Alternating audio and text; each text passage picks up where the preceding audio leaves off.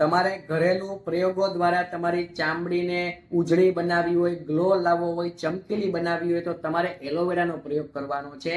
એલોવેરામાં છાલ કાઢી નાખવાની છે. અંદરનો જે ગર્ભ છે એની વડે તમે 10 થી 15 મિનિટ માલિશ કરશો અને પછી તેને સાદા પાણી વડે ધોઈ નાખશો તો પણ તમારી ચામડી ખીલી ઉઠે છે, તમારી સ્કિનમાં ગ્લો આવી જાય છે. બીજો પ્રયોગ છે હળદર અને ચણાનો લોટ. આ બંનેને મિક્સ કરી દેવાનું. ચણાનો લોટ લેવાનો ને 1 ચપટી હળદરની બધું મિક્સ કરી અને તમારે એની વડે તમારો ફેસને ધોવાનો છે. ત્યારબાદ તમારે પાણી વડે એને સાફ કરી નાખવાનું છે. તો આ રીતે તમે પ્રયોગ કરશો તો પણ તમારી સ્કિનમાં ગ્લો આવી જશે.